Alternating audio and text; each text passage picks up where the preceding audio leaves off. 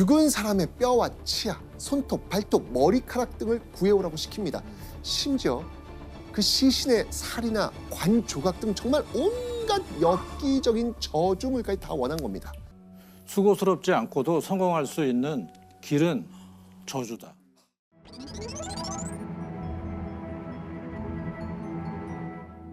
자, 1637년 겨울 어느 날 적막했던 창경궁에 응애 응애 아기 울음소리가 울려 퍼집니다.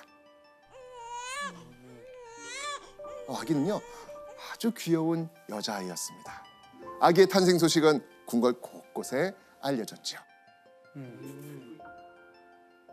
그리고 이 소식에 누구보다 기뻐한 한 사람이 있었습니다. 아기의 아버지, 바로 조선의 제16대 왕 누구?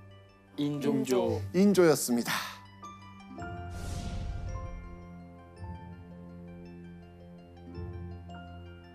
인조는요 이때 태어난 딸이 정말 특별할 수밖에 없었습니다. 왜? 당시 인조의 나이는 44. 늦둥이 딸이었던 거예요. 진짜 늦둥이다. 이 딸은 이후에 효명옹주라고 불렸습니다. 누구라고요? 효명옹주. 네. 인조는요 정말 불면 날아갈까 쥐면 꺼질까 정말 사랑을 듬뿍 쏟았습니다. 늦둥이 딸이니까 너무너무 사랑스러웠겠죠. 자, 그런데요 인조가 이 효명옹주를 아낀 데는 또 다른 이유가 있었습니다. 바로 이 즈음에 인조에게 정말 안팎으로 일생일대의 고난이 있었기 때문입니다.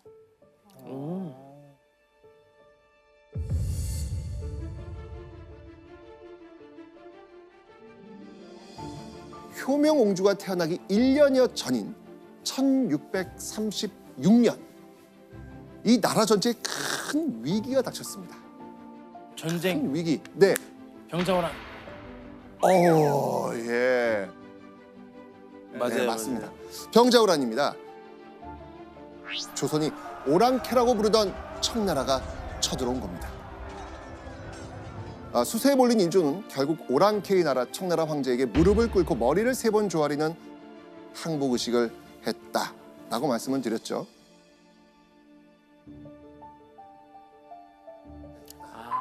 네. 자, 심지어요. 병자호란 직후 청나라가 조선 왕실의 볼모를 내놓으라고 했죠. 소현세자. 네, 맞습니다. 네. 큰아들 소현세자 부부, 둘째 아들 복림대군 부부, 그리고 셋째 아들을 볼모로 보내야 됐고요.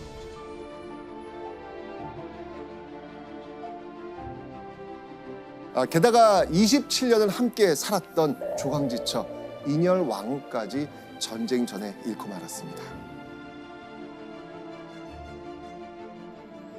아버지로서, 남편으로서의 그 고통은 이루 말할 수가 없는 상태였을 겁니다. 되게 허했을 것 같아요. 외롭고. 그렇죠. 네. 그렇게 힘든 시간을 보내고 있었던 인조에게 누가 찾아온 거예요?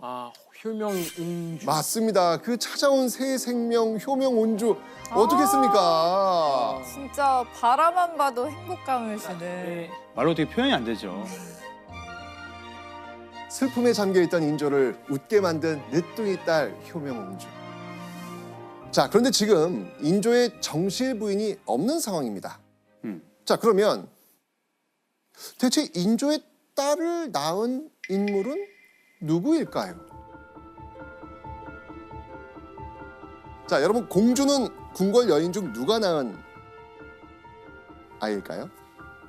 왕비. 그렇죠. 바로 정실 부인, 중전이 낳은 딸, 공주입니다. 네. 맞죠?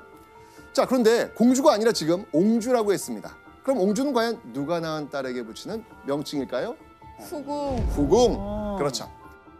자, 그렇다면 효명옹주를 낳은 후궁 누구였는지 한번 확인해 보겠습니다. 조귀인.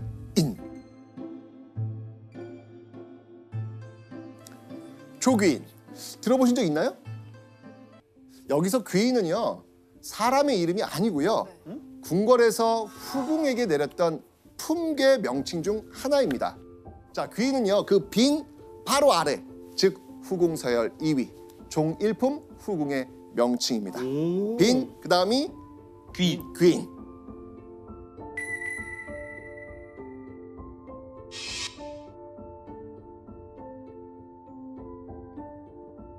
자, 그러니까 조귀인은요, 조씨 성을 가진 귀인 품계를 받은 후궁을 의미합니다. 자, 그럼 조귀인은 처음부터 후궁 서열 2위였던 귀인이었을까? 아닙니다. 효명옹주를 낳을 때 조귀인의 신분은요, 후궁이 아닌 궁녀였습니다. 후궁의 궁녀였는데 궁녀였어요. 점점 올라온 건가요? 네, 맞습니다. 조귀인이 궁에 입궁한 건 1630년, 인조 주기 8년째 되던 해라고 알려져 있습니다. 인조는요, 그해 들어온 궁녀 조귀인을 눈여겨보고요, 관심을 쏟습니다.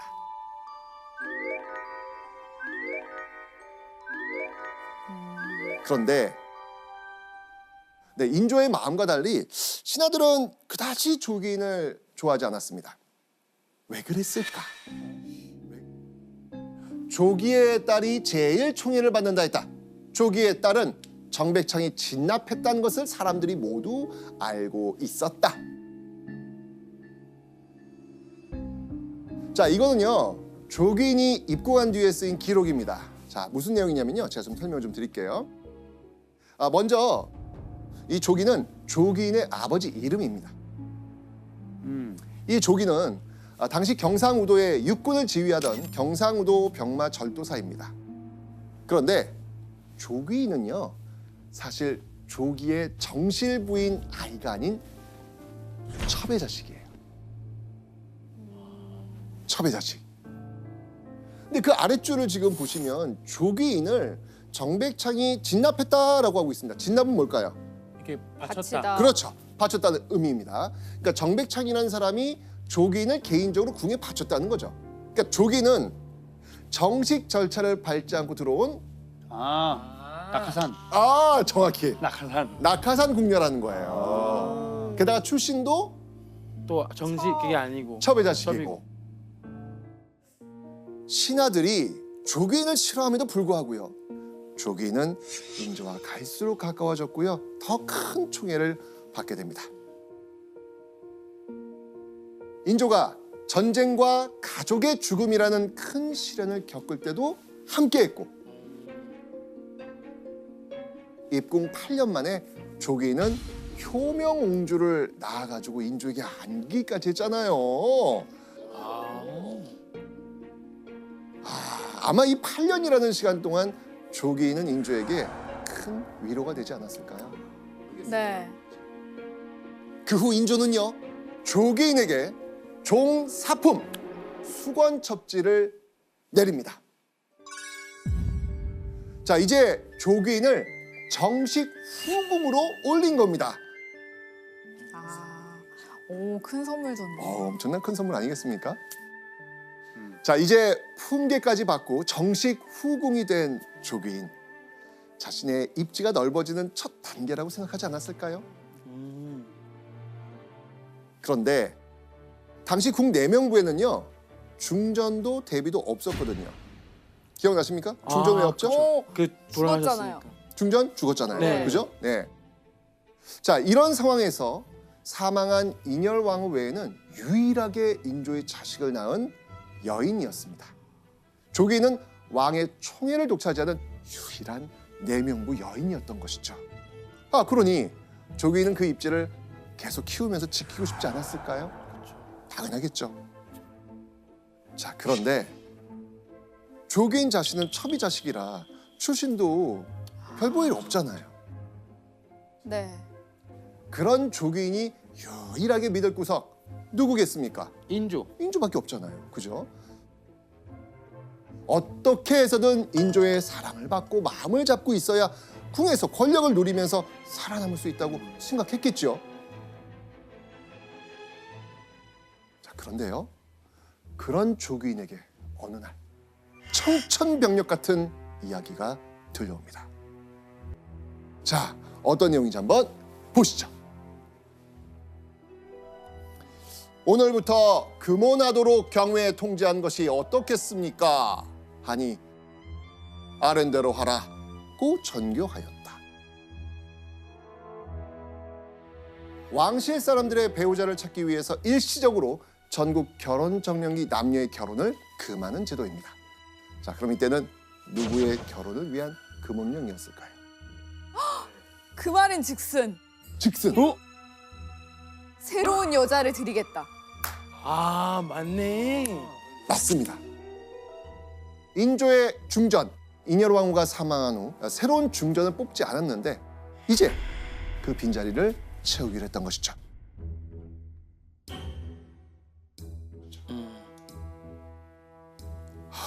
인조의 재혼 소식을 들은 조귀인의 마음은 어땠을까요? 만약 인조가 새 중전에게 마음을 주면 나 어떻게 되지? 하지만 그런 조귀인의 마음과는 상관없이 새 중전 찾기는 착착 진행이 됩니다. 그렇게 1년이 흐른 후 과연 인조의 새 중전 아내로 선발된 여인은 누구였을까? 바로 장렬왕후 조씨입니다. 또 같은 조씨. 조씨예요? 조씨로. 격이 다릅니다. 중전에 걸맞게 아주 폼이 있고요. 명망 있는 양주 조씨 집안의 셋째 딸이었습니다. 자, 이렇게 15살의 장렬왕후 조씨가 45 인조의 계비로 들어오게 됩니다. 장렬왕후 기억해 두세요. 네, 오늘 장렬왕후 이야기 많이 해야 조씨. 되니까. 장렬왕후 조씨입니다. 네, 중전. 네. 자, 그렇게 15살의 중전을 모셔야 되는 20대의 조귀인. 자, 새 중전은 지금 자신과 비교했을 때 어떻습니까? 집안도 좋고. 그렇죠. 집안도 좋고. 뭐 비교가 안 될 정도로 지금 출신 좋죠. 그죠? 그러니까 인조가 중전을 총애하지는 않을까. 불안할 수밖에 없을 겁니다.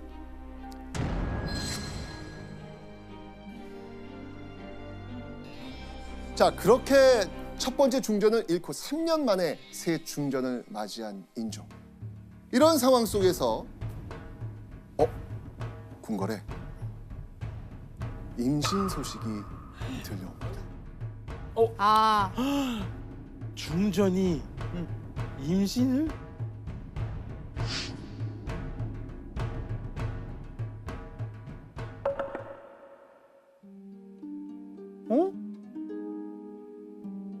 중전 소식 아니에요? 조기인이 아니죠. 아니지 그러니까. 누군가요? 조괜히 임신합니다. 조괜히 임신합니다. 와. 인조. 뭐야?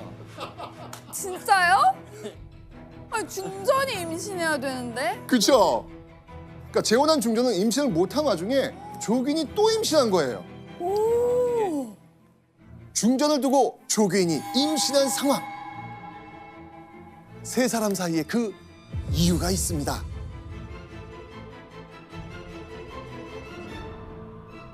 그러니까 비록 그 왕비 자리를 비워둘 수가 없어서 새 중전을 맞이했지만 문제는 뭐냐면은 인조는 이미 40대 중반에 정말 경랑을 다 겪은 노회한 정치가고 지금 15살 새 중전은 사실은 자기 딸에 해당하는 소녀 정도거든요. 궁에 처음 들어온 15살 먹은 소녀가 이게 대화가 통할 수가 없죠. 아. 근데 자기하고 대화가 통하는 사람은 조귀인이라는 거죠.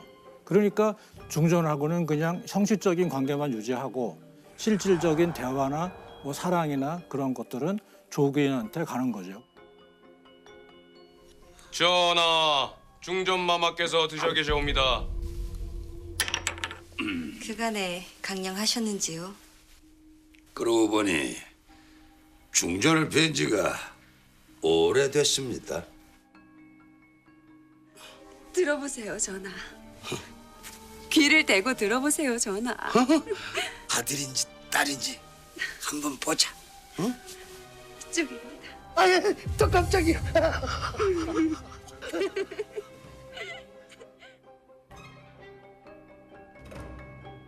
와 대박이다. 자, 그런데요. 조귀인이 임신 7개월 즈음에 접어든 1639년 7월, 그녀에게 아주 큰 걱정이 생깁니다.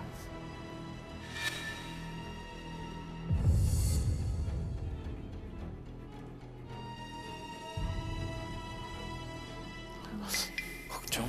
무슨 일이었을까요?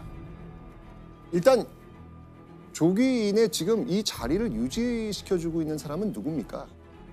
인조. 네. 인조. 그럼 그에게 큰 걱정은 뭘까요? 인조가 인조의 아파요. 건강. 그렇죠. 맞습니다. 갑자기 인조의 건강에 큰 이상이 생긴 겁니다. 인조의 몸에서 나타나는 증세들이 심상치 않은 거예요. 아 인조는요, 벼랑간 추위를 타거나 열이 나는가 하면 인조의 몸에서 푸르스름한 땀까지 솟아납니다.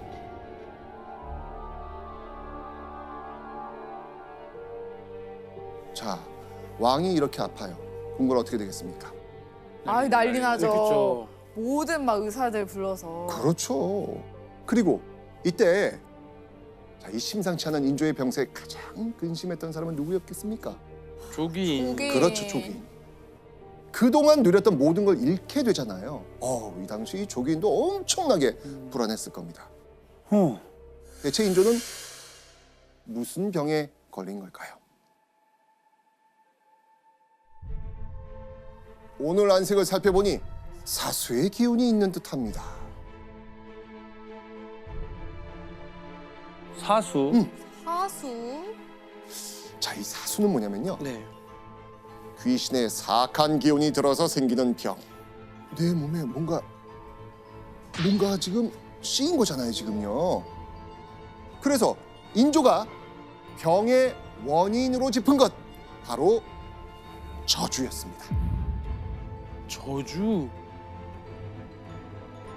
누군가 자신을 노리고 저주했다고 생각하기 시작한 것이죠. 아 기승분 교수님. 근데 실제로 인조가 진짜로 자기가 저주받아서 아프다고 생각한 거예요? 충분히 생각할 수 있죠. 당시 사람들은 저주가 실제로 효력이 있다고 믿었거든요. 왕도 예외가 아니었고요. 특히 인조 입장에서 보면 즉위하자마자 뭐 반란도 맞고 전쟁도 맞이하고 굉장히 스트레스가 많고 불안감이 있는 상태인데, 그래서 거의 인조는 당시 피해 의식이 컸다고 볼 수가 있어요. 게다가요, 사수의 기운이 있는 듯합니다 라는 이 의관의 이야기를 딱 들었을 때 빡! 인조의 머리를 스쳐 지나가는 사건이 있었습니다. 7년 전. 아 뭔가 트라우마가 있구나. 그렇죠. 인조는요, 저주 때문에 한 차례 홍역을 치른 적이 있습니다. 자, 당시 인조에게 대체 무슨 일이 있었을까요? 때는 7년 전 1632년으로 거슬러 올라갑니다. 이때 갑자기 인조에게 원인 모를 병증이 지금처럼 나타났습니다. 속에서는 열이 나는데 정작 온몸은 얼음처럼 차가운 증세가 반복이 됩니다. 심지어는 이 오른팔이 갑자기 마비되기도 합니다. 자, 그때 내의원에서는요, 정확한 병명을 찾지 못했고요, 사악한 기운 때문에 병이 생긴 것 같습니다 라는 진단을 또 내립니다. 당시 인조의 반응은 어땠을까요?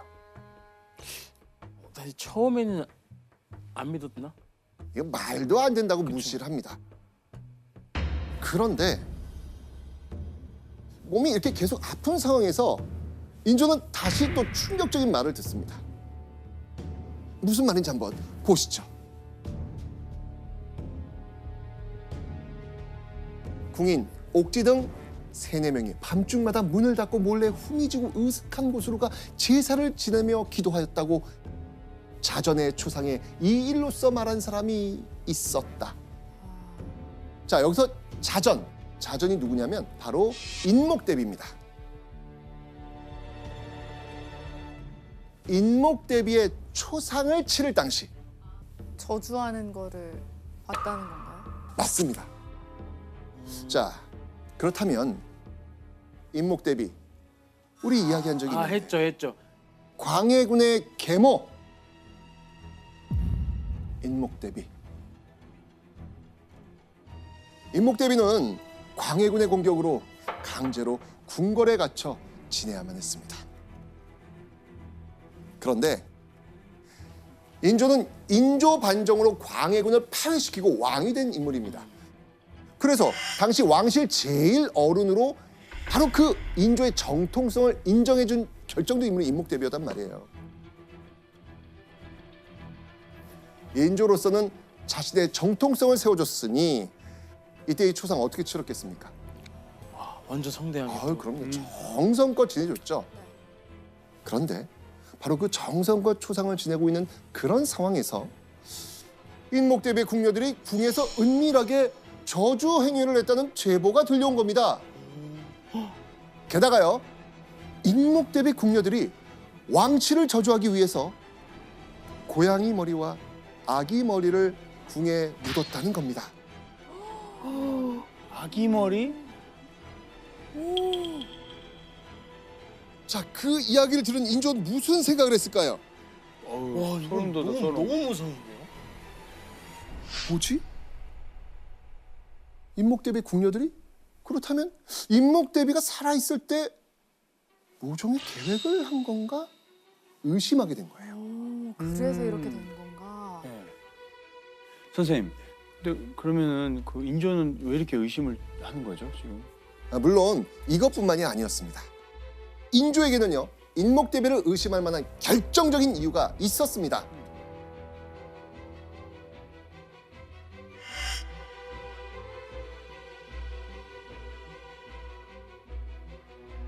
인목대비가 숨을 거둔 직후 그 방에서 아주 묘한 게 발견됩니다. 인목대비가 직접 쓴 글이 빼곡히 적힌 비단 세폭이었습니다. 그걸 본 인조는요, 크게 기겁하면서 분노를 합니다. 바로 임금을 패한다 라는 내용의 글, 바로 영모였습니다. 자, 그리고 인조는요, 비단에 적힌 그 글을 본 이후 큰 불안에 휩싸입니다. 그런 불안감을 안고 있던 중에 저주 사건까지 터진 거예요. 자, 그리고요, 인조는 이 저주와 영모 사건의 주동자로 한 명을 지목합니다. 너다. 누구였을까요? 아까 나온 궁인 아니었어요? 그걸 누군가 조종했을 거 아니에요. 누가? 인조가 의심한 이 사람은요, 인목대비와 가장 가까운 사람이었습니다. 바로 인목대비의 딸 정명공주였습니다.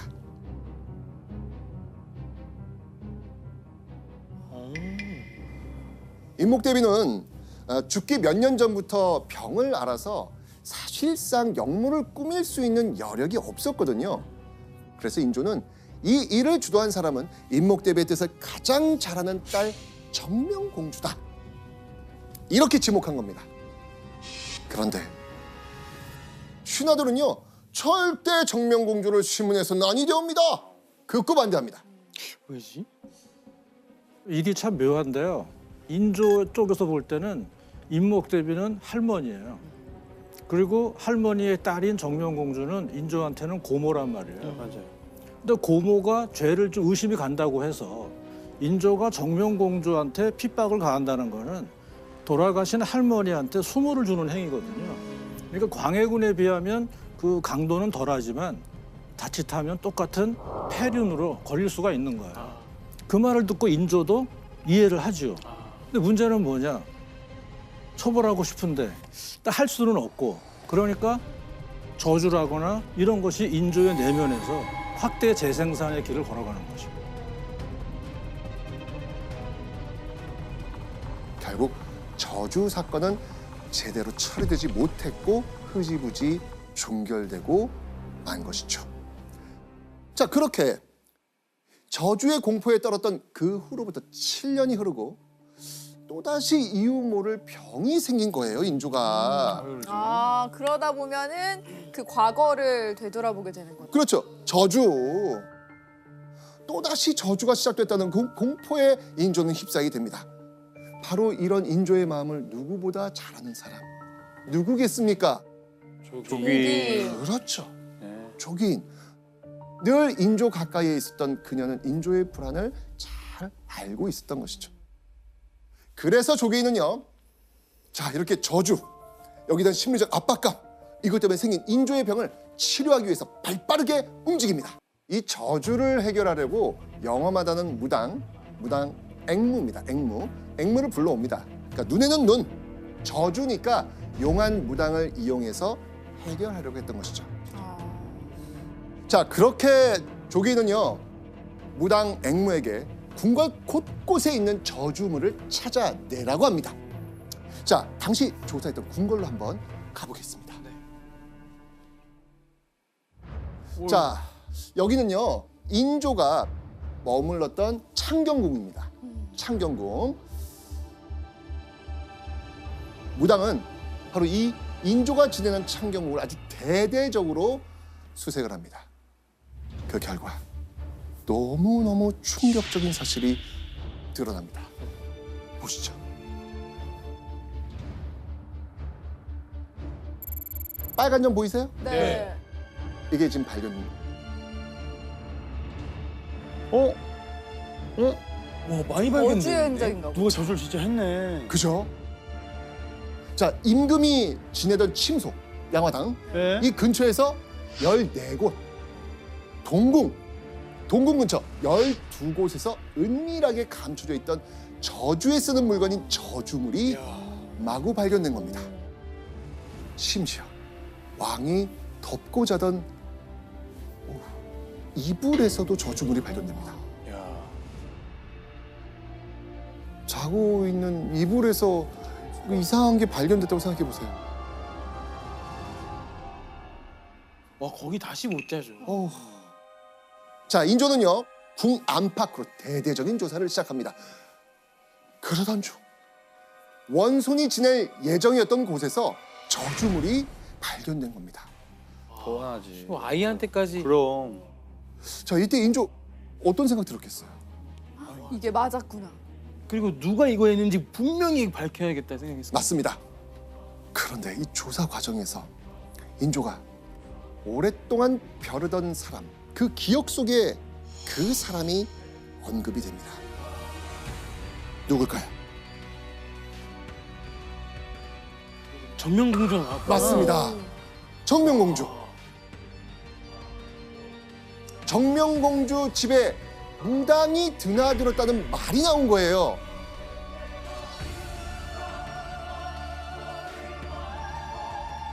자, 이 정명공주 측은요, 저주와 상관없는 일이라고 부인은 합니다. 과연 인조가 그 말 믿었을까요? 절대 안 믿죠. 절대 안 믿죠. 그렇죠. 그런데 정명공주 집에 무당이 드나들었다는 이야기는 있지만 정명공주 측이 묻었다는 이야기는 아직 없잖아요. 아니나 다를까. 저주 사건은 이번에도 흐지부지 마무리되고 말았죠. 하지만 여기서 중요한 건 이 저주물들을 누가 찾은 겁니까? 조기. 그렇죠. 해낸 거지 않습니까? 앵무를 시켜가지고. 그죠? 무당. 아, 이 일로 후궁 조기인에 대한 인조의 신뢰감 어떻게 되겠습니까? 완전 커졌겠네요. 하늘이죠. 이제 진짜 이렇게 무서웠을 때 내 옆에서 나를 도와주고. 이 사건을 통해서 후궁 조기인에 대한 인조의 신뢰감 높아지죠. 그리고요, 조기인은 인조에게 또 다른 큰 기쁨까지 또 안깁니다. 엄청난 뭘까요? 일이네. 뭘까요? 자녀를 낳아요. 자, 그런데 이번엔 아들! 이야. 임신 중이던 조기인이 드디어 아들 숭성군을 낳은 겁니다.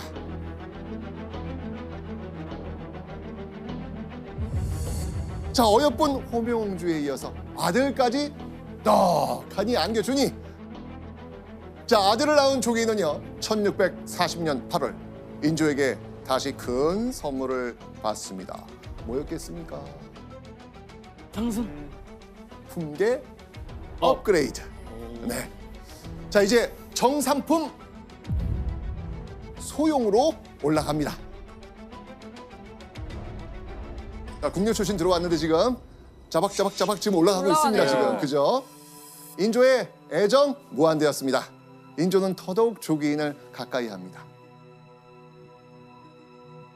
자, 이제 궁안에서 인조의 총애로 조기인을 넘어설 여인 아무도 없습니다.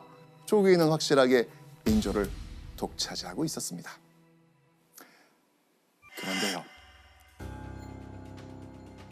영원할 것 같았던 그 사랑에 균열이 가는 일이 벌어집니다. 무슨 일일까요? 아, 새로운 사람이 생긴다? 아, 새로운 여자가 생기는 거예요? 새로운? 그렇죠. 어? 바로 인조에게 새로운 여자가 생긴 겁니다. 허허. 조긴 성격 있어 보이는데. 어느 날 갑자기 인조가 한 궁녀에게 승은을 내립니다. 승은 상궁 이 씨의 등장이었습니다.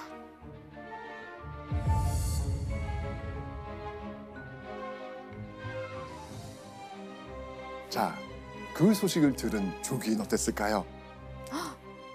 난리 나죠. 불안하고. 그렇죠. 정말 놀라고 불안했을 겁니다.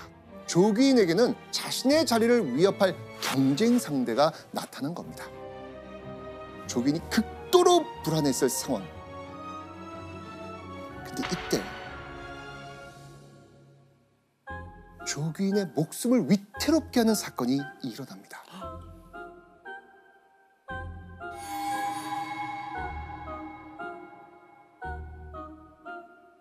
목숨까지? 네, 목숨까지? 바로 누군가가 조기인을 저주하는 사건이 벌어진 겁니다. 저주도? 아마 조기인은 큰 충격에 빠지지 않았을까요? 오. 그런데 그 사건을 듣고 더 충격에 빠진 사람이 있었습니다. 누구겠습니까? 인조? 인조. 자신을 향하던 저주에 치가 떨렸던 인조인데 다시 또 화가 납니다. 난리 났겠네요. 아니 나. 그렇다면 대체 누가 조기인을 저주하라고 했을까요? 조기인만 인조의 총애를 받는 게 못마땅했던 승은 상궁 이 씨가 인조의 사랑을 받기 위해서 조기인을 저주했다는 겁니다.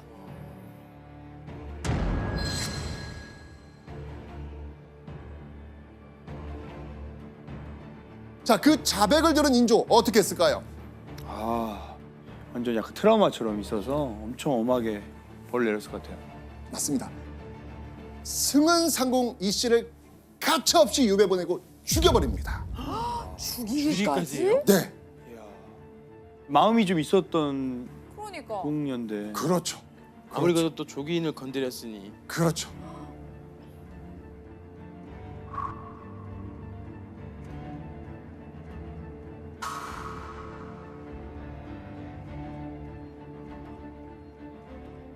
그런데 저주 사건을 둘러싸고 궁궐에 수상한 소문이 돕니다. 어떤 소문이었을 것 같아요? 실록에 이와 관련된 언급이 있습니다. 사실은 조 씨가 스스로 저주하여 이 씨를 모해하기 위한 것이었다고도 한다. 아, 이거 조기인 씨. 자작극. 맞습니다. 조기인이 저주 사건을 꾸미고는 승은 상궁 이 씨가 한 것처럼 덮어 씌웠다는 겁니다. 계략을 꾸몄다는 이야기죠.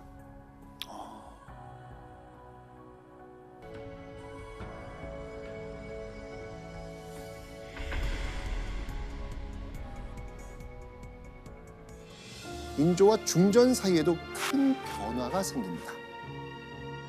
바로 조선 역사상 정말 전무후무한 사건. 인조가 중전을 다른 궁으로 옮기도록 명한 겁니다. 인조가 중전에게 홀로 경덕궁, 지금의 경희궁에 가서 지내라고 한 겁니다. 왕과 왕비가 서로 다른 궁을 쓰는 별거 사건이 터진 겁니다. 중전과 별거를 선언한 인조의 명분은요. 아이고, 중전의 건강이 안 좋으니 옮겨서 치료하라는 거였습니다. 아, 핑계네요, 핑계. 아마 한 나라의 국모로서, 여성으로서 너무 수치스러웠을 겁니다. 그러던 1646년 1월 또 한 번 인조를 불안에 빠뜨리는 충격적 사건이 일어납니다. 바로 왕이 먹을 전복구이에 누군가 독을 넣었다는 겁니다. 왕이 먹을 음식에 독을 탔다? 이거 역모죠.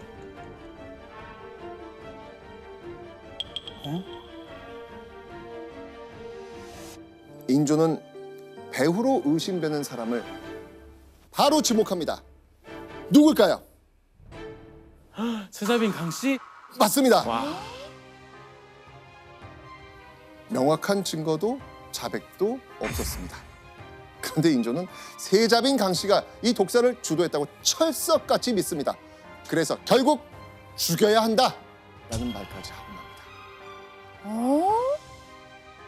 결국 1646년 3월 15일 인조는 세자빈 강씨를 패출시키고 사약을 내립니다.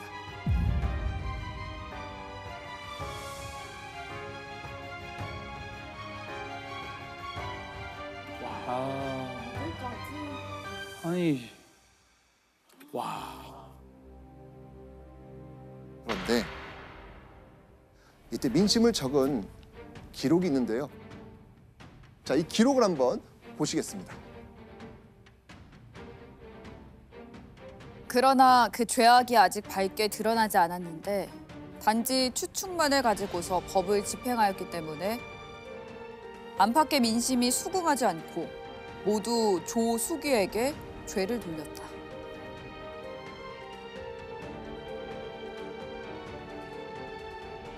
세자빈 강씨의 죄가 드러난 것도 없는데 역적으로 몰아서 죽였으니까 백성도 그거 믿지 않는 겁니다. 그리고 세자빈 강씨가 죽은 거 다 누구 탓이다? 조기. 조기의 탓이라는 거죠.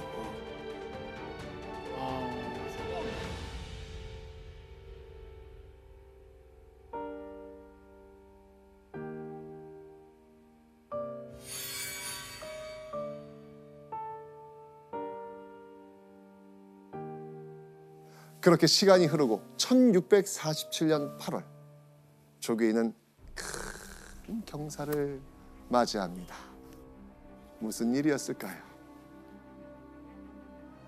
효명옹주가 드디어 환례를 하게 된 겁니다.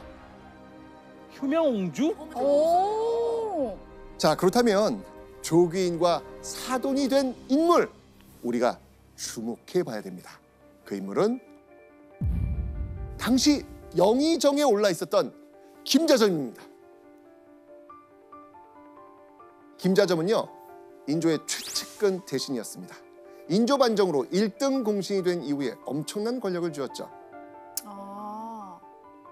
그 영의정 자리 김자점. 김자점의 손자 김세룡이 인조와 조기인의 딸 효명옹주와 결혼하게 된 겁니다. 자, 영의정과 사돈이 된 조기인 어땠을까요? 와, 이제는 하이파이브 아니에요? 하나가 됐겠네요, 이제. 그렇죠. 그렇죠. 인조의 변함없는 총애에다가 영의정 사돈이라는 날개까지 단 조기인. 조기인은 날로 위세를 떨치면서 내명부의 실세로 군림합니다. 그리고요, 1649년 2월 조기인의 인생이 한 번 더 달라집니다. 바로 그녀가 드디어 종 일품 귀인의 자리에 오른 겁니다. 아, 드디어. 드디어 지금 우리가 알고 있는 그 조귀인의 조귀인이 이때 이제 된 거예요. 맞습니다. 첩의 딸로 태어나서 궁녀로 바쳐진 지 19년 만에 벌어진 사실입니다. 자, 인조의 애정을 독차지하며 그야말로 탄탄대로를 달린 조귀인. 그런데 귀인 책봉 3개월 만에 조귀인에게 최악의 상황이 벌어집니다. 무슨 일이지? 제발. 어떤 상황이었을까요?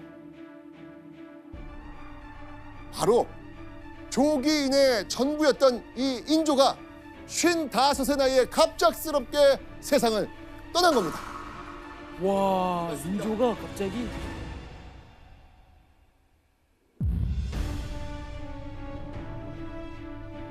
자, 그렇다면 조나단, 인조 다음 왕, 조선 17대 왕이 누구죠? 효종이죠. 맞습니다. 인조의 둘째 아들, 바로 복림대군이었던 효종.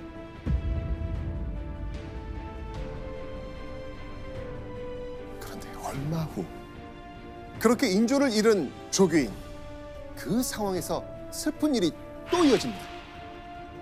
대체 무슨 일이 있었을까요? 인조가 죽었잖아요. 그러면 그 인조의 후궁들은 어떻게 되는지 아세요? 아, 다 뿔뿔이 흩어지고 궁을 나가야 되잖아요. 그렇죠. 맞습니다. 와, 대박이다. 궁궐을 떠나야 됩니다. 자, 이때 조귀인은요, 정말 누리던 부귀영화가 다 흩어질 것 같다는 불안감에 휩싸였을 겁니다.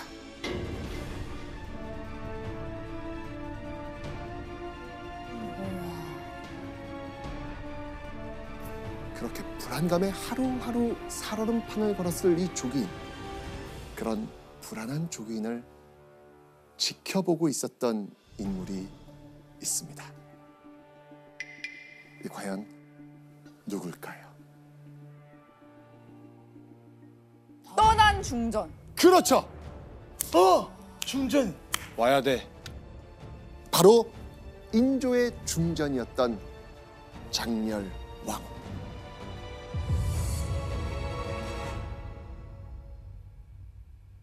장렬왕후는 쫓겨났던 경덕궁에서 다시 창경궁으로 돌아왔고 이제 왕실의 최고 어른이 된 겁니다.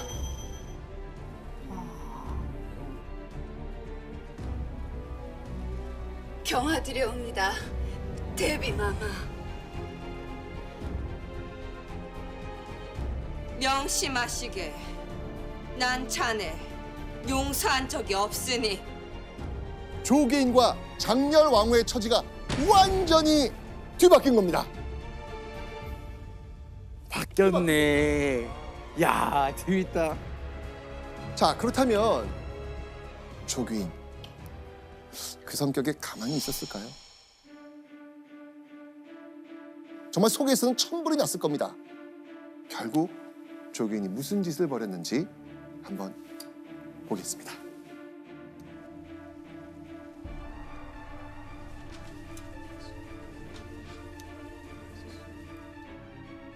조 씨가 매번 아침 저녁으로 우물물을 길어놓고는 사람들을 모두 몰리고 몰래 기도하였습니다.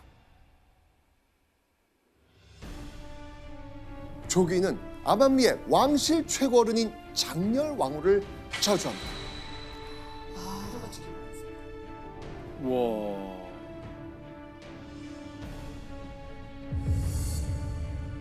과연 저주 행위를 한 이유가 뭘까요? 어느 날 조귀인은 인조, 자신의 남편 인조의 죽음 이후 무속신앙에 더 매달립니다. 자, 이런 조귀인의 행동을 보고받은 장렬왕후 뭐라고 했을까요? 불같이 화를 냅니다. 인조의 3년상이 끝나지도 않은 상황에서 사적으로 불공을 들이거나 무당을 부르는 거 이거 사실 유교 예법에 어긋나거든요. 그래서 장렬 왕후는요 조귀인의 여종을 매질합니다.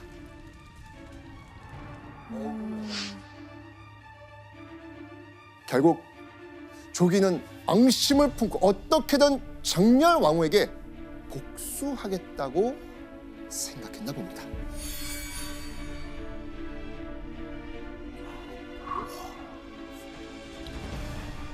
자, 그렇다면요. 장렬 왕후는 이 사실을 바로 누구에게 고했을까요? 효종. 그렇죠. 조귀인이 벌인 이 섬뜩한 행동에 화가 난 효종은 조귀인의 사람들을 잡아다가 국문하라. 그리고 1651년 11월 곧 수십 명에 달하는 조귀인의 측근들, 노비와 무당이 잡혀옵니다. 그렇게 시작된 저주 사건에 대한 국문. 그 강도가 얼마나 셌는지 하나 둘 입을 열기 시작하죠. 그 결과 엽기적인 조귀인의 저주 행각이 드러납니다.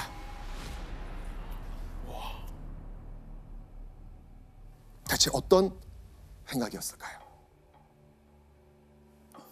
대궐 안으로 들어가서 땅을 파괴해 뼈가루를 얻었는데 색이 재와 같았다.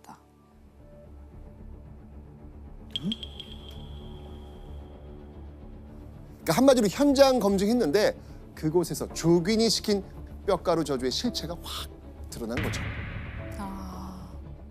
이제는 더 썸뜩해지는데요, 계속. 자, 그런데 이 조귀인이 쓴 저주물은요 뼈가루가 끝이 아니었어요. 조귀인은 죽은 사람의 뼈와 치아, 손톱, 발톱, 머리카락 등을 구해오라고 시킵니다. 심지어 그 시신의 살이나 관 조각 등 정말 온갖 엽기적인 저주물까지 다 원한 겁니다.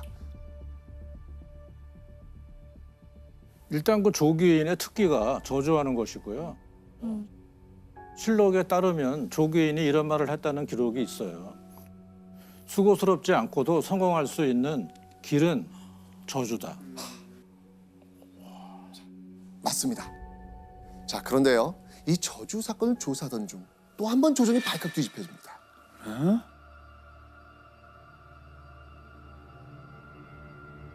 조귀인의 저주 사건이 일어난 지 보름이 지났을 무렵인 1651년 12월 누군가 영모를 모의한 정황이 포착이 된 겁니다. 효종은 화가 머리끝까지 납니다. 그리고 관련된 이들을 모조리 잡아들이죠. 그러던 중 김자점의 아들이 정말 충격적인 자백을 합니다.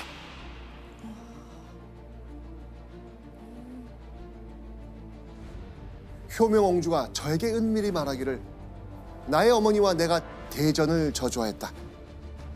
일이 이루어진 후에는 숭성군을 세우고자 한다 하였습니다. 그 처음에 나왔던 그 귀여운 효명공주가요? 자, 이 조귀인이 첫째 아들을 왕으로 세우기 위해서 딸인 효명옹주와 저주행위를 했고 김자점 일가는 돕기로 했다는 말입니다.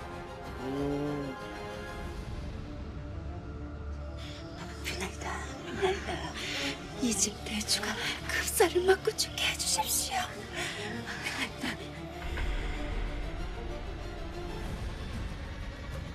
하하, 이 말을 들은 효정 어땠을까요? 분노를 참지 못합니다. 와. 그렇다면 화가 난 효종은 조귀인을 어떻게 했을까요? 결국 1651년 12월 14일 효종은 이런 명을 내립니다. 귀인 조 씨는 자진하게 하라. 조 씨에게 사약을 내려 스스로 목숨을 끊으라고 한 겁니다.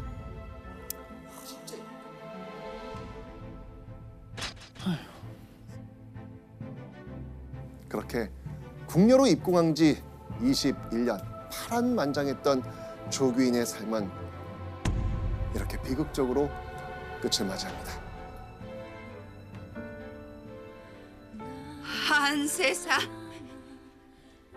잘 살고 간다.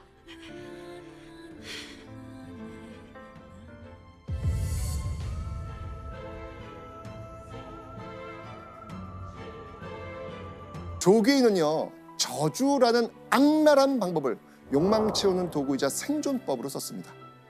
저주로 부귀영화를 얻었고 지키려 했지만 결국 저주는 부메랑이 됐고 그 저주 때문에 생을 마감하고 맙니다.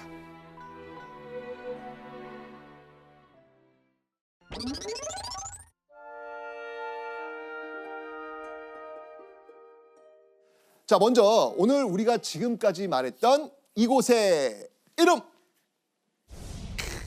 북촌. 북촌. 북북자 마을촌자니까 북쪽에 있는 마을이다라는 뜻이 되겠죠. 자, 그럼 언제부터 이 북촌이라는 명칭을 썼을까요? 언제부터 북촌이라는 명칭을 썼을까요? 그 북촌이라는 용어는 조선시대. 그때부터 있었던 거예요? 조선시대 때부터 있었어요?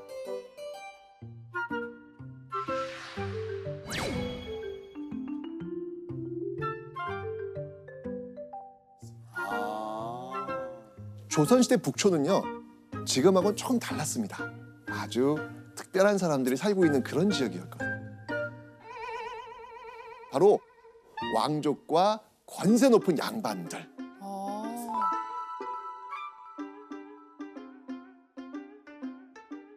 자, 그런데 왜 그들이 북촌에 살았을까요?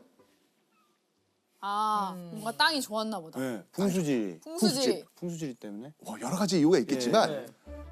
서쪽으로는 경복궁, 동쪽으로는 창덕궁과 창경궁이 있습니다. 현재 북촌의 중심인 이 가회동을 포함해서 인사동 등 많은 동네를 아우르는 아주 넓은 지역을 의미했습니다.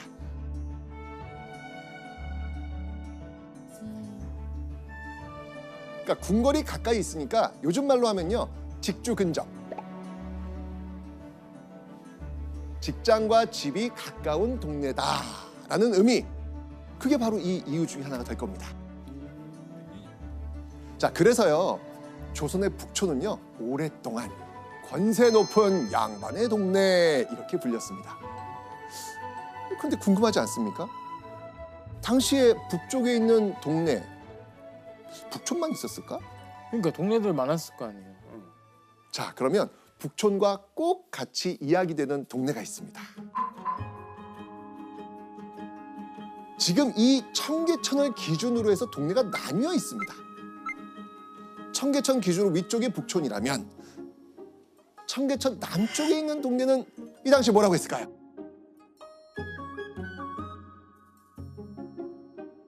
남촌. 그렇죠. 남촌. 맞습니다. 자, 지금의 을지로, 충무로, 명동 이런 데를 포함한 그 일대를 가리킵니다.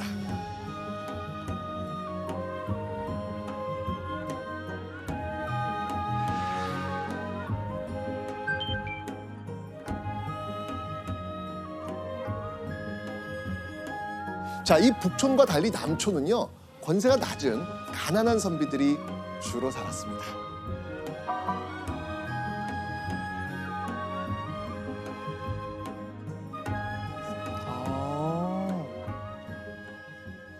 자, 그런데 일제강점기 즈음에요, 이 북촌과 남촌의 모습이 180도 달라집니다.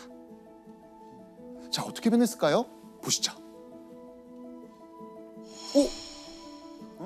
여기 지금 빨간색으로 지금 지도에서 붉게 뭔가가 지금 표시가 됐습니다. 자, 이게 뭘까요?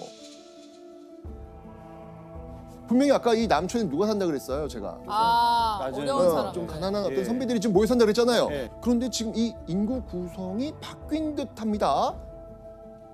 자, 지도에서 붉게 표시한 이곳은요, 바로 남촌의 이 부분을 장악한 사람들을 표시한 겁니다. 누굴 것 같아요? 이 시대가 어느 시대라고요? 일제. 일정. 일본? 맞습니다. 바로 일본인들. 어머. 아니 왜 일본인들이 이곳을 장악하게 됐을까요? 왜 그랬을까? 자, 이 조선 땅에 일제가 영향을 미치기 시작하면서 많은 일본인들이 유입됩니다.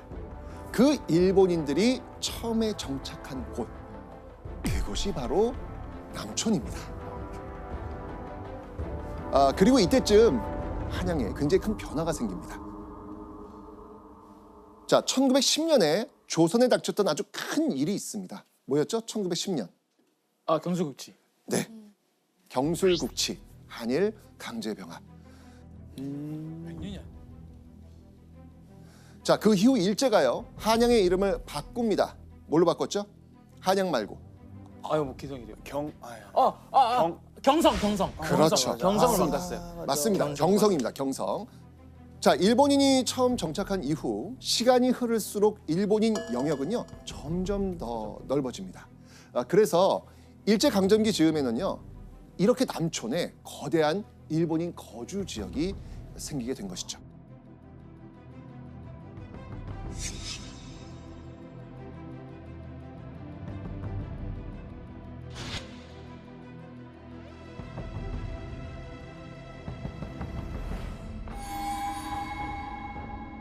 그러니까 지금의 남촌의 충무로, 명동, 을지로 일대는요 일제 관공서와 은행, 회사 등이 속속 들어섭니다.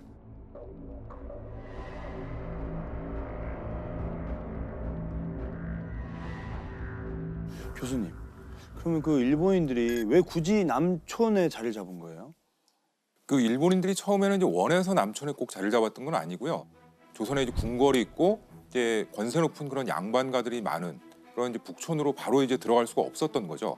그러니까 좀 상대적으로 이제 정착하기가 쉬운 남촌에 이제 정착하게 된 거다. 이렇게 이제 볼 수가 있습니다. 그러니까 이제 북촌은 조선인 지역, 아. 남측은 일본인 지역으로 갈라지게 된 것이죠.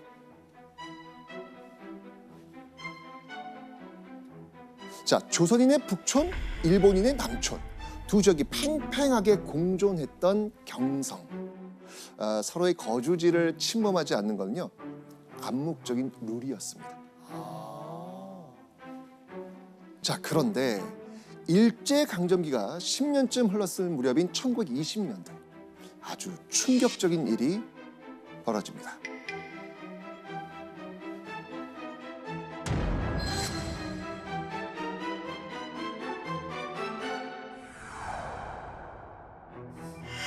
경성의 북부로 향하여 일본인의 세력이 날로 침범한다 함은 이미 수년 동안 경성에 거주하는 조선인에게 큰 위협을 주는 말이었다. 풀어보면 1920년대 경성에 사는 일본인들이 남촌이 아니라 북촌에서 살겠다면서 올라오기 시작한 거예요. 20년대. 네. 일본인들이 조선인 거주 지역으로 넘어오려고 했던 이유. 자, 그 이유가 있습니다.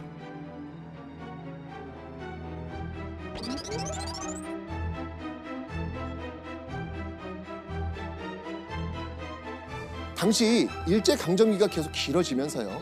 일제 관공서나 학교 등에서 일하는 일본인들이 대거 경성으로 들어옵니다.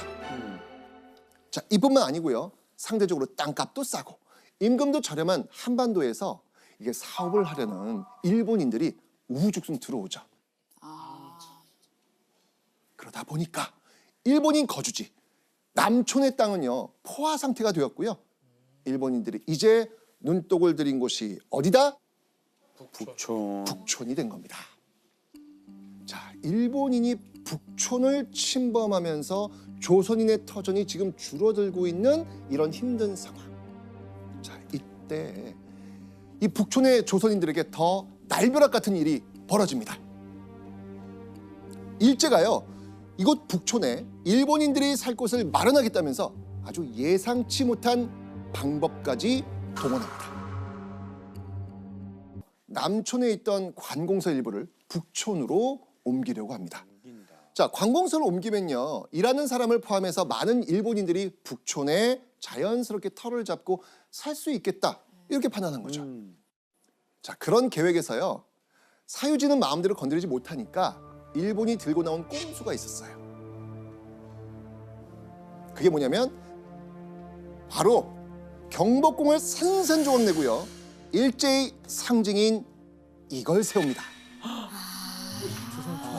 우리 이거 배웠잖아요. 예.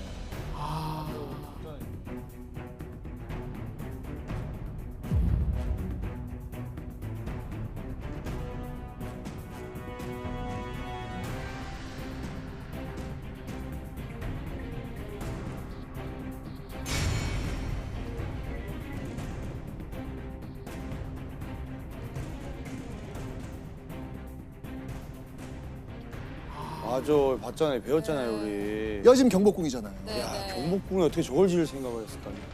경복궁의 중심인 이 근정전 앞에 정말 떡하니 총독부 건물을 세운 겁니다.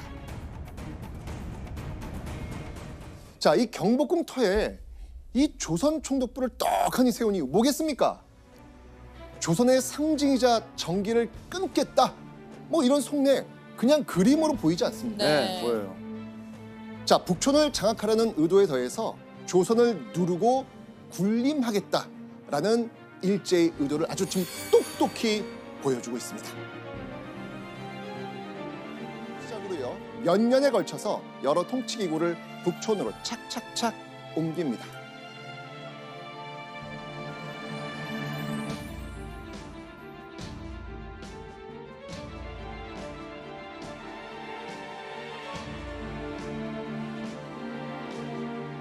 일제히 북촌 장악 꼼수로 남촌, 북촌 가릴 것 없이 일본인 착지가 되기 일보 직전이었던 경성. 그런데 이런 상황에서 조선인을 더 힘들게 한 게 있었습니다. 어떤 거였을까요? 이런 상황에서 날이 갈수록 북촌의 땅값이 오르는 거예요. 가뜩이나 인구는 많아지고 살 집은 없는 상황에서 북촌의 땅값이 천정부지로 뛰게 되는 겁니다.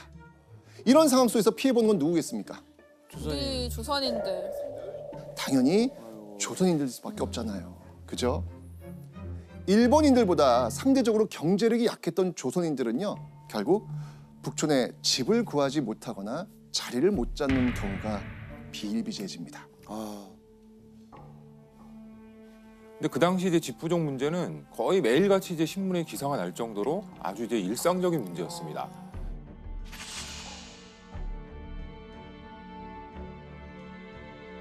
이제 경성에 집이 없는 사람이 한 4만 명 이제 이렇게 되는 것이고, 이 사람들 이제 대부분 다 조선인들이죠. 그 당시 이제 경성의 이제 조선인 인구가 한 16만, 17만 정도였거든요. 그러니까 결국은 이제 4명 중에 1명 정도의 이제 조선인들은 이제 항상적으로 집이 없는, 그래서 집을 구해야 되는 그런 이제 어려운 상태에 이제 있었던 것이죠. 조선 사람들은 상대적으로 점점 살 집도 구하기 어려운 상황이 나타나게 됩니다. 당연히 조선 사람들은 그게 두려움을 느낄 수밖에 그쵸. 없었겠죠. 자, 이제 북촌까지도 일본인 판이 되어가던 1920년대 경성. 그런데요, 이걸 마냥 두고 볼 수 없었던 사람이 나타납니다. 바로 이 사람. 정세관. 들어보셨습니까? 근데 저는 정말 처음 들어봤어요. 들어봤어요. 자, 이 정세곤은요, 경성에서요, 땅을 개발하고 집을 만들어 팔던 사업가였습니다. 당대 정세곤 하면요, 모르는 사람이 없을 정도였을 만큼 정말 최고의 부동산 개발업자이자 건축가로 손꼽혔던 인물입니다. 그러면 돈이 많았나요? 당연하겠죠. 당대 최고의 갑부였던 그런 인물입니다. 자, 그리고요, 당시 정세곤은요, 이런 별명으로도 불립니다. 바로 건축왕 정세관. 아. 다시 한번 뭐라고요? 건축왕 정세관. 맞습니다. 자, 그럼요. 이 정세관은 어떻게 경성 최고의 건축왕이 되었을까요?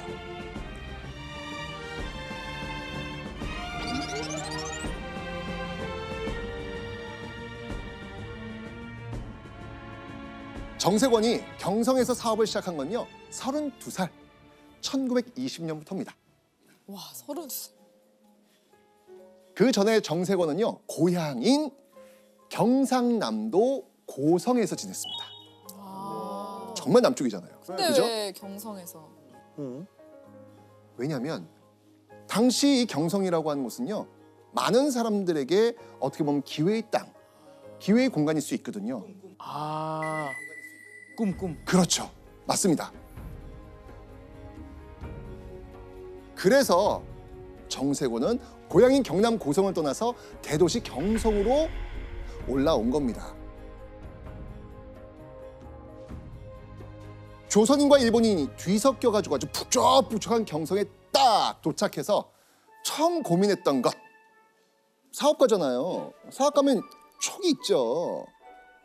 머리도 좋고 사업 수완도 뛰어났던 이 정세곤은요. 이 사람 많은 경성에서 가장 필요한 것. 이건 집이다. 집이다. 그러니까 집은 곧 뭐가 된다? 돈이 된다. 돈이 된다. 딱 판단한 겁니다. 그래서요. 1920년 정세곤은요. 북촌 지역에 집을 짓는 회사를 세웁니다. 회사의 이름은 건양사. 건양사. 바로 건축왕 정세곤이 첫 발을 내딛는 순간이었습니다. 아.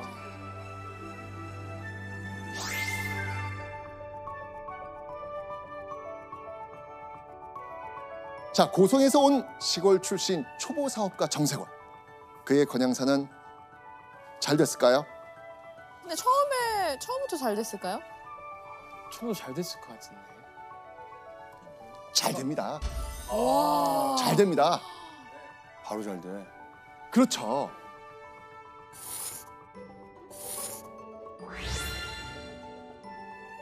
그 당시 어떤 수요가 있었던 거예요. 엄청 많이 벌었겠네요. 맞습니다. 자, 그렇게 승승장구하던 부동산 사업가 정세권. 그런데 그런 그의 심기를 불편하게 하는 일이 생깁니다. 정세권의 눈에 이 경성에 뭔가가 자꾸 거슬리는 거예요. 뭐였겠습니까? 일본이. 네. 맞습니다. 이 정세권 딸의 회고에 따르면요. 그는 이런 말을 자주 했다고 합니다.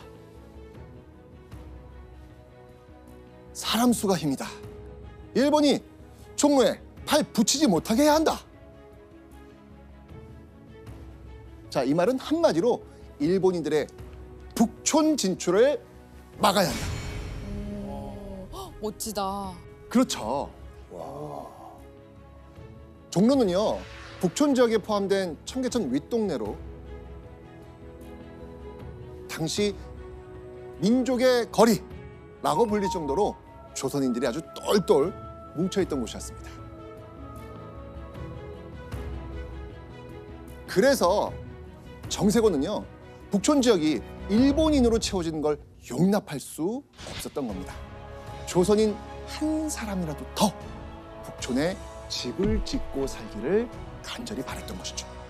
와. 그래서 자신이 북촌 지역의 땅을 사서 조선인들을 위한 집을 지어야겠다. 단호한 결심을 한 거예요. 너무 좋은 분이네요. 대단하시다. 그러니까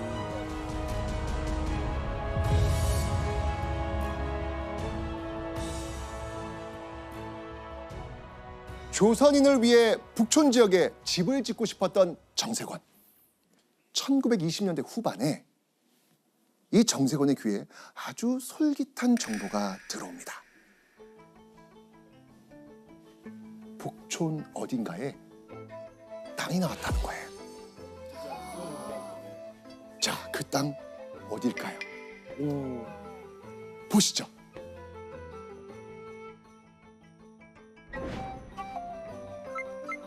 종묘 왼쪽에 있는 이 동네, 여기가 익선동입니다.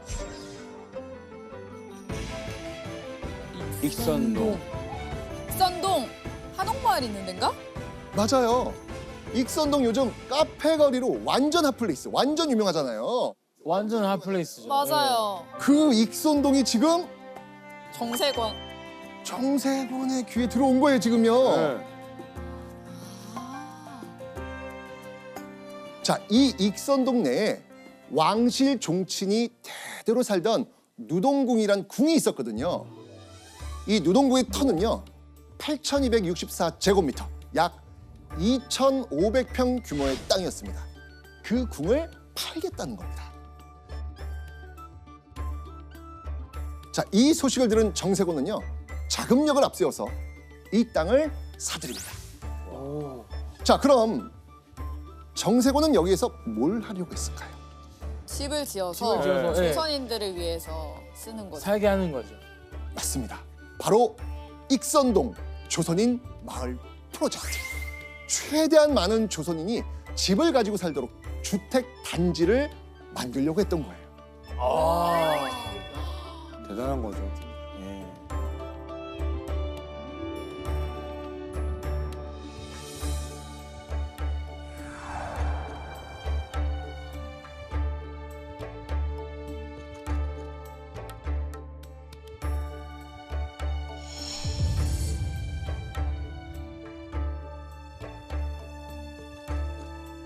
자, 이 대형 프로젝트의 시작. 자, 그럼 이제 결정해야 할 게 있습니다. 뭘 결정해야 될까요? 기본적으로 어떻게 지어야 될 구조, 디자인 뭐 이런 거 해야죠. 예. 그렇죠. 그게 가장 네. 이루어져야 되겠죠. 네. 1920년대 경성에는요, 크게 세 가지 유형의 집이 지어졌습니다. 일본식 주택, 서양식 주택인 문화주택, 그리고 조선식 주택인 한옥. 그 중에서 제일 인기가 많은 건 뭘 것 같아요? 서양. 서양. 맞습니다. 바로 문화주택이 굉장히 인기가 많았습니다. 한옥보다는 훨씬 생활하기 편리한 그런 집이었죠. 자, 그런 상황에서 정세곤은 어떤 집을 지으려고 했을까요?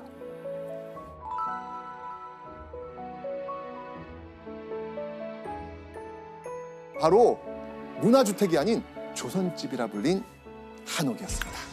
자, 익선동에 한옥으로만 집을 짓겠다라고 생각을 한 거죠.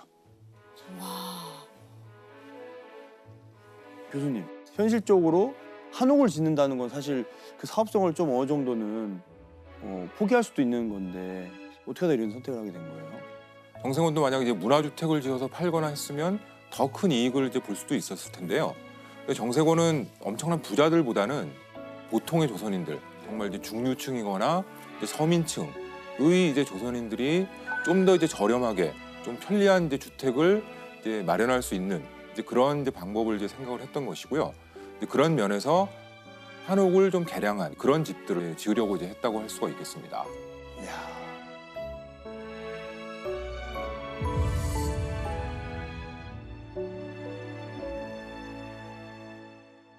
조선인을 위해 조선인에게 꼭 맞는 한옥을 최대한 많이 짓고 싶었던 정세관. 그런데 자, 익선동에 한옥 마을을 지으려던 순간 여기서 정세곤에게요, 굉장히 큰 고민이 하나 생깁니다. 자, 어떤 고민인지 한번 확인해 보겠습니다. 자, 이게 뭘까요, 지금? 한옥. 도면, 구조. 맞습니다. 바로 전통 한옥의 형태를 지금 그려놓은 겁니다. 그런데 이렇게 큰 전통 한옥 지으면 이 평범한 조선인들이 살 수 있을까요? 살 수 없죠. 비싸요. 대감님이나 들어 살지. 자, 그리고요, 이렇게 규모가 커버리면 한옥을 많이 지을 수 있을까요, 없을까요? 없어요. 없겠죠. 몇 개밖에 없죠. 맞습니다. 그렇다면 자, 이 큰 땅에 조선인을 위한 한옥을 많이 짓기 위해서는 어떻게 해야 할까요? 너무 쉬운데요? 어떻게 해요? 뭐 지금처럼 예를 들면 아파트인데 너무 큰 아파트 50평 아파트 그러면은 우리 젊은 2030 세대가 살기 어려우니까 그렇지. 오피스텔처럼 작은 아파트를 만드는 것처럼 한옥도 좀 작게 살 수 있게끔 이렇게 만드는 거. 정답. 역시 그래요? 맞습니다. 자, 일단 정세곤은요. 구입한 넓은 땅을 작게 쪼갭니다. 나눠야죠. 그러니까 사실 지금의 우리한테 굉장히 익숙한 그런 장면인데 그런데 당시에는요. 이게 굉장히 획기적인 일이었어요. 아, 그래요? 그렇게 땅을 잘게 쪼갠 정세곤은요. 이제 뭘 해야 되죠? 지어야죠. 뛰어야죠. 지어야죠. 그렇죠. 집을 네. 지어야 되겠죠. 자, 그러면 어떤 형태로 집을 지어야 될까요? 이렇게 봅니다. 이쁠 것 같아. 우와. 야. 우와. 야.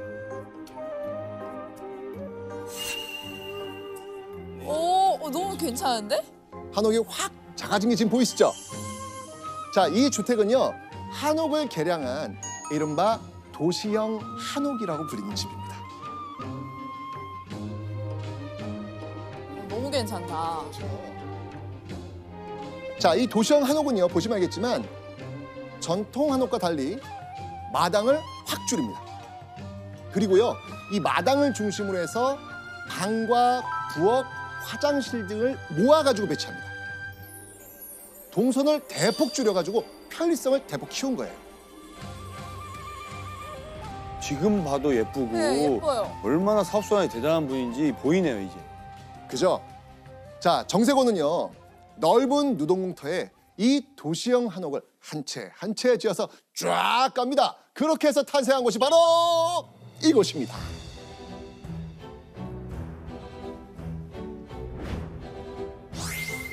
오.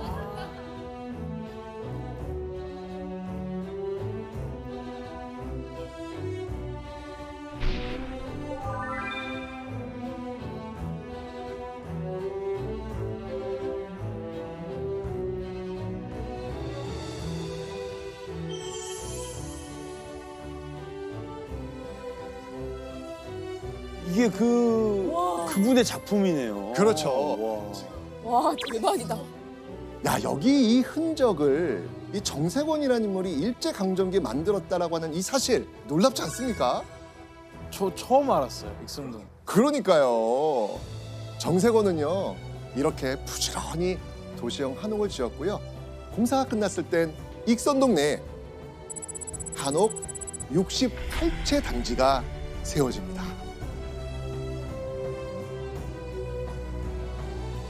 자, 이렇게 익선동에 한옥마을을 크게 지은 정세관. 그런데 말입니다. 이렇게 집을 짓고 나서 정세곤은요.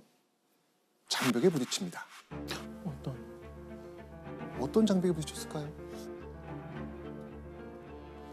분명 저렴하게 공급은 했어요. 그런데도 집값을 바로 낼 만큼 경제적 상황이 좋은 조선인이 별로 없었던 겁니다. 아이고 어떡하냐. 그런데 이때 정세곤은요. 아주 획기적인 방법을 생각합니다. 중류 이하의 계층을 구제하기 위해 연부, 월부의 판매 제도까지 강구했다. 그러니까 연부와 월부는 집값을 연 단위나 월 단위로 받았다는 겁니다. 집을 할부로 살 수 있게 해준 거죠. 정세곤은요. 일부 부자만을 위한 집을 지은 게 아니었습니다. 조선인이라면 누구든 최대한 살 수 있도록 방법을 마련한 겁니다. 오, 진짜 멋진 분이네요. 그러니까요. 당시 이제 집을 이제 한 번에 이제 돈을 내고 살려면 목돈이 필요한데요. 그 당시 이제 일제가 세운 은행이라든지 이런 금융기관들은 조선인들은 이제 신용도가 낮다고 해서 그런 목돈을 대출을 잘 안 해줬거든요. 이제 이러한 때에 이런 할부 거래라는 거는 말하자면 내 집 마련하는데 큰 이제 도움을 준 이제 그런 일이었던 것이죠. 그렇게 정세곤의 활동이 커지고 관심을 받기 시작하니까 그걸 누가 주시하겠습니까? 아, 일본이 일본. 그렇죠. 자, 그런데 어느 날 정세곤을 지켜보던 일제 경찰이 갑자기 정세곤을 소환한 겁니다. 그리고 이렇게 말을 한 거죠.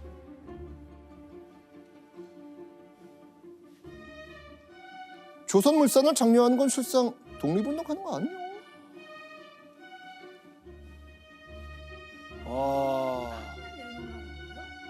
자, 만약 정세곤이 독립운동가로 낙인 찍힌다면 잡혀가죠. 그러면 일단 잡혀가고 그가 지금 진행하고 있었던 것들도 제재를 가하지 않을까? 다 뺏기고 가족들 다 또 잡혀가고. 그렇죠. 절체절명의 위기가 될 수도 있는 이 순간 과연 정세곤은 뭐라고 답했을까요?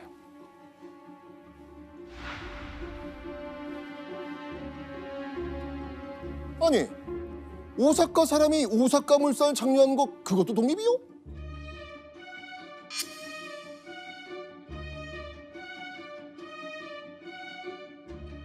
우리는 조선인으로 낙오된 조선물산 장려하는 거 이거 당연한 거 아닙니까? 진짜요? 오사카 사람이 오사카 물건 파는 거고 조선 사람이 조선 물건 파는 건데 그게 뭐 독립운동이요? 딱 맞받친 거예요. 와. 이 당당한 정세곤의 태도에 일제 형사도 결국 물러날 수밖에 없었습니다. 오. 아니 너무 어떻게 반박이 불가하잖아요. 그렇죠? 그렇죠. 맞는 말이니까. 화끈하다. 멋있다.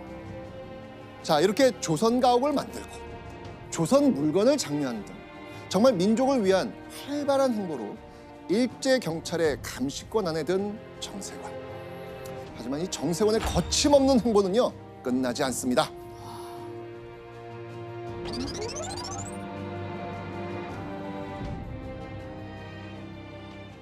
건양사를 꾸려가던 정세곤에게 어느 날 다시 솔깃한 제안이 들려옵니다. 북촌의 중심가에 땅이 또 나왔다는 겁니다.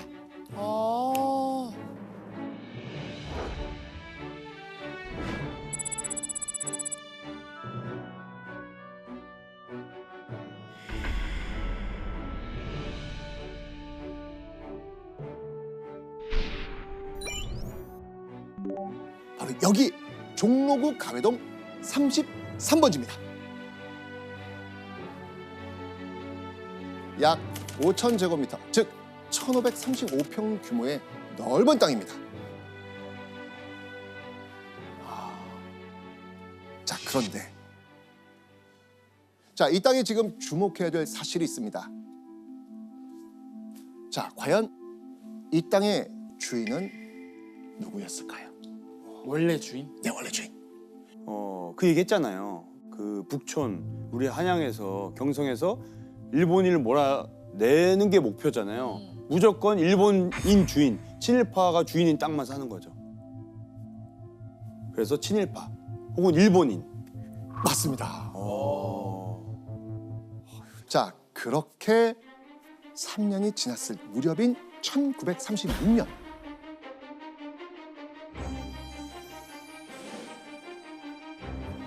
정세곤에게요, 더 큰 땅을 개발할 기회가 찾아옵니다. 33번지 바로 옆에 붙어있는 이 31번지 땅. 우와, 더 큰데요? 그렇죠.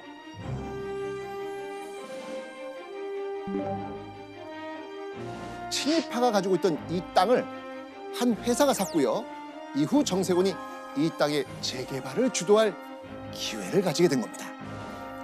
자, 그렇게 정세곤은 이제 합쳐서 무려 약 23,500제곱미터, 7,100여 평, 축구장 3개 크기와 맞먹는 땅을 재개발하게 됩니다.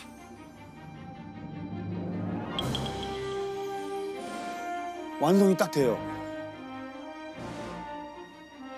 바로 이곳 북촌에 대규모 한옥마을 재개발 프로젝트를 진행한 겁니다.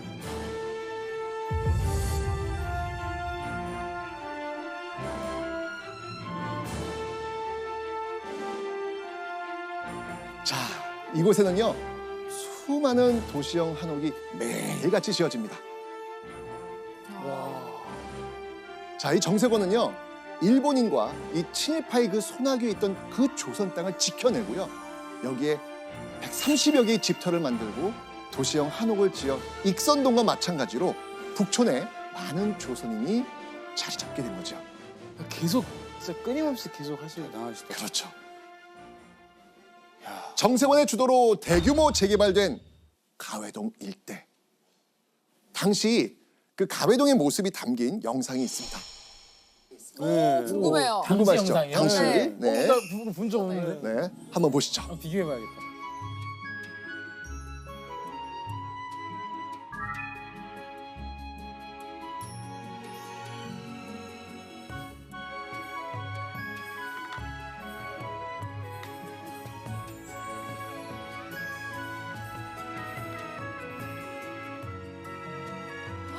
와, 오, 엄청 많아. 우와.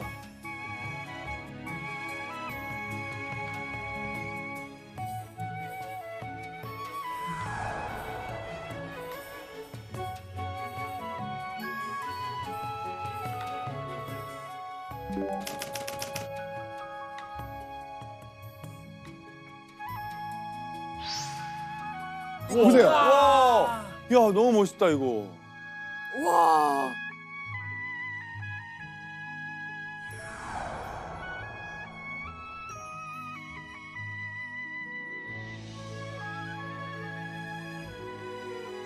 아니 너무 멋있다. 와. 너무 잘 졌어요 지금. 거의 그러니까요. 몇십 년 전인데도. 1930년대 정세권은요 명실상부 독보적인 조선의 부동산 개발업자가 됩니다. 그는요 1920년 건양사를 경성에 연 이후로 20여 년간 꾸준히 북촌 이외에도요 경성 곳곳에 정세권표 도시형 한옥들을 지어갑니다. 자, 그가 지은 경성 내 한옥단지 규모 과연 어느 정도였을까요? 어마어마합니다. 자, 한번 확인해 보시죠. 어느 정도? 에? 에? 우와.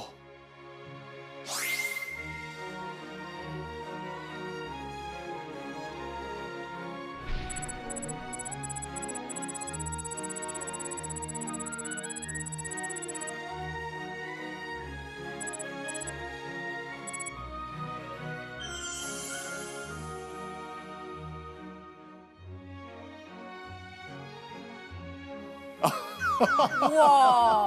이게 어마어마하죠? 아, 이게 네. 지금 지도로 보니까 큰지 모르지 사실 어디 한 동 전체를 지금 다 한 거잖아요. 그 수가 얼마쯤 됐을까요? 집, 수. 네. 약 6천여 채. 와. 엄청나죠, 지금요. 도시를 거의 다 개발하는 정도의 그러니까요. 충분하다. 그 일을 개인 사업가가 했다는 게 맞습니다. 정말 저 이 일대를 사실 지금 우리가 이렇게 사진 찍으면서 한복 입으면서 다니고 있는 거예요, 지금요. 그렇죠. 네. 개량 한옥 건축이라는 한 길을 걸으면서 명실공히 최고의 건축 왕이 된 정세권. 자, 이렇게 승승장구하던 정세권 인생에 최악의 시련이 찾아옵니다. 최악?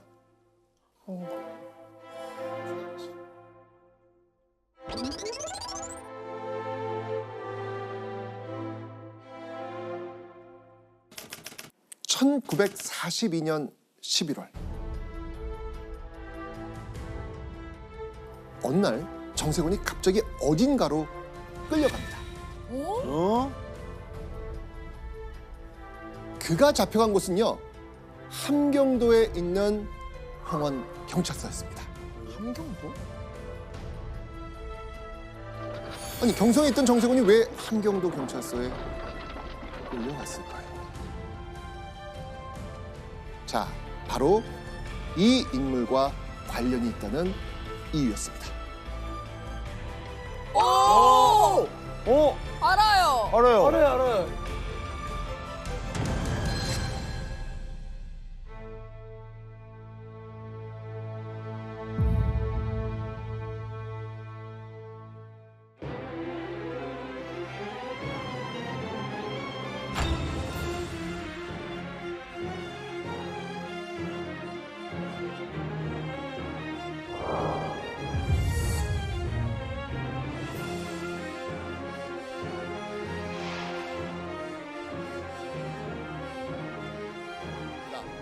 조선어학회를 이끌었던 민족운동가 이극로입니다. 네. 자, 정세곤이 했던 민족운동이 뭐였죠? 조선 물산 장군. 맞습니다. 조선물산 장려운동. 자, 이 관련 행사에서 이극로를 처음 만나게 됩니다. 네. 자, 정세곤은요, 이 젊은 유학파 지식인 이극로를 무척 아꼈습니다. 이후 정세곤은 이극로가 조선어학회를 통해 한글 사전을 만들고 있다는 사실 알게 되죠. 자, 그러면서 조선어학회가 자금난에 허덕이고 있다는 것도 알게 됩니다. 아이고. 자, 이런 모습을 본 정세곤 느낌 오시죠? 네. 어떻게 했을까요? 도와줘야죠. 네, 네. 맞습니다. 집을 지어 번 돈으로 조선의 말을 지키는 일을 후원하기로 또 결심합니다. 정세곤은요, 이 조선어학회에 아주 통큰 후원을 아끼지 않습니다. 꼭 필요한 걸 마련해 주기도 했죠. 자, 과연 조선어학회 정세권 이분이 준 통큰 선물 통큰 성. 뭘 것 같아요? 보시죠.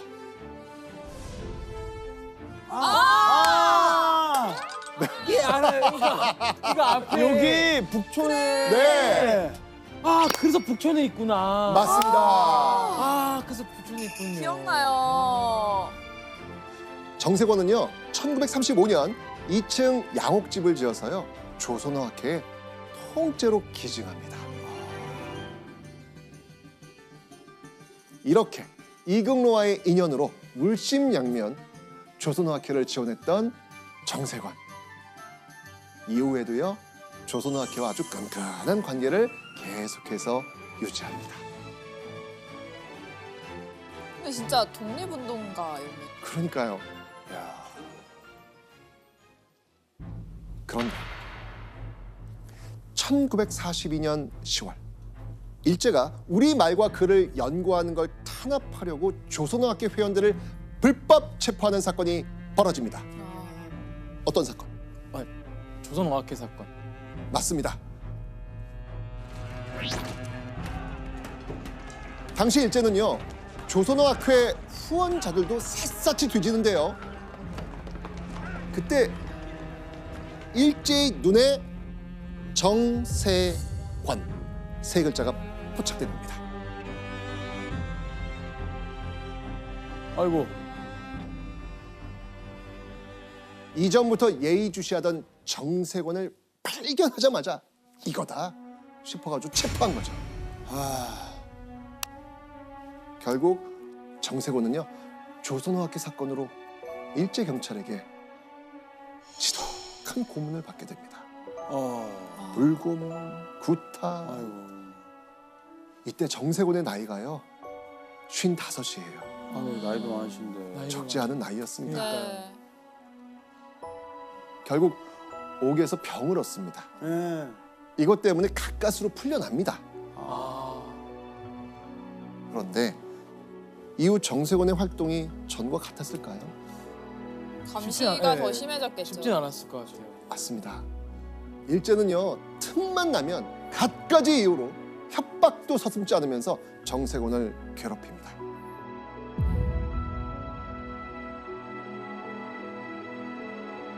그렇게 조선어학회 사건으로 풀려난 지 6개월이 지난 후 1943년 6월 정세권은 또 한 번 경찰서에 붙잡혀갑니다. 어? 잡혀간 정세권은요, 그곳에서 정말 짓떨리는 이야기를 듣게 됩니다. 어떤?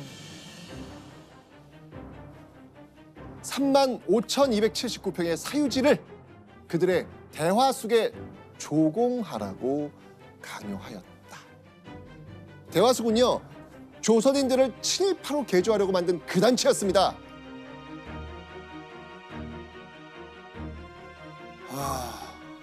결국 그러나 정세권은 너무나도 억울하게도 결국 이 땅을 다 빼앗깁니다. 와. 게다가 이걸 다? 일제는요, 건양사의 건설 면허를 취소해버린 겁니다. 한때 경쟁자가 없을 정도로 경성 최고의 건설사였던 건양사는 이렇게 일제의 압박으로 무너져 버립니다. 자, 이렇게 정세곤을 향한 독한 일제의 감시와 핍박은 이제 2년이 지나서야 드디어 멈추게 됩니다. 아, 해방. 네, 맞습니다. 1945년 8월 15일 드디어 일제로부터 광복의 날을 찾은 겁니다. 정말 기다렸던 그런 날이라는 걸 한 번 더 느끼게 되는 것 같아요. 이렇게 억울한 일 얼마나 많이 당했겠어요. 자, 그러면 광복 이후 정세곤은 어떻게 지냈을까요? 아, 그러니까 그게 진짜 궁금해요. 궁금해요. 사진을 한번 보겠습니다. 이 사진은요, 조선어학회 사건으로 고초를 겪었던 그분들과 함께 찍은 겁니다. 정세곤이 어디 있는지 혹시 아시겠습니까? 왼쪽에서 두 번째. 그렇죠. 그의 트레이드마크 흰색 두루마기를 지금 입고 있습니다. 그리고 이제 60을 넘긴 정세곤은요, 꾸준히 조선어학회 사람들과 끈끈하게 지내면서 한글 사전인 한글 큰 사전 편찬을 끝까지 지켜봅니다. 그리고 1965년 9월 14일 78세를 일기로 눈을 감게 됩니다.